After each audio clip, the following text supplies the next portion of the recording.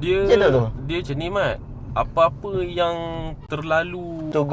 terlalu ni dia memang akan ada keburukan dia. Contoh macam sekarang ni market terlalu open, orang terlalu share dekat social media apa offer dia orang bagi apa. Bila semua SA offer dekat dalam TikTok tu, dia orang akan start rosakkan market lah. Buang dia ni buang 500, dia ni buang 1000, dia ni buang banyak ni.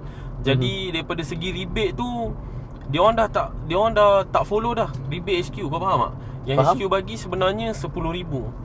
Dia orang tolak dia orang punya commission 1,000. Bila pula keluar lagi dia punya margin 2,000. Free gift lagi, free apa gift benda. lagi. So apa-apa yang terlalu ni dia memang akan itulah menyebabkan market tu dia jadi rosak lah kan. So pada aku satu benda yang orang tak tahu, free gift yang SA bagi bukan daripada dealer, bukan daripada company.